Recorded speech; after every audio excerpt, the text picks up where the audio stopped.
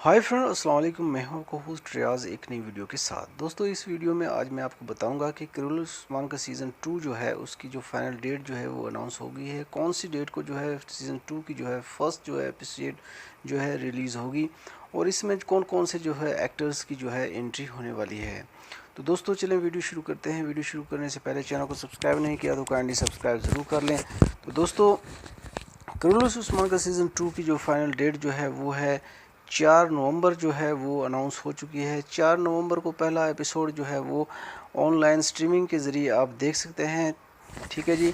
उसके साथ ही इसमें जो है जो एक्टर्स हैं, कौन कौन से एक्टर्स जो हैं, अहम जो शख्सियात की जो एंट्री होने जा रही है वो हैं जनाब अर्तुगरुल गाज़ी साहब जो हैं, वो उनकी एंट्री भी जो है इस एपिसोड में होगी।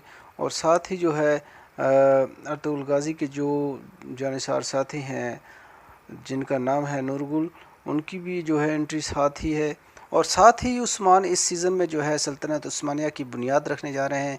जी हाँ, इसी जो है सीज़न में जो है सल्तनत उस्मानिया की जो है बुनियाद रखी जाएगी।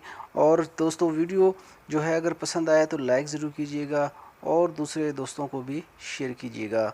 इसके साथ ही मैं इजाज़त चाहता हूँ, मिलता हूँ किसी नेक्स्ट वीडियो में। तब तक के लिए अल्लाह हाफिज़।